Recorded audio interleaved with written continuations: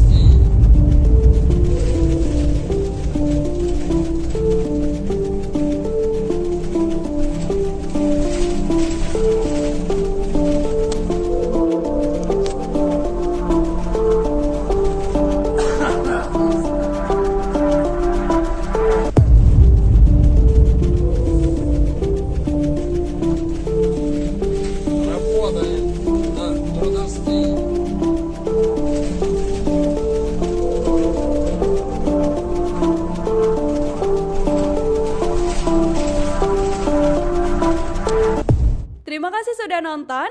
Jangan lupa like, subscribe, dan share ya.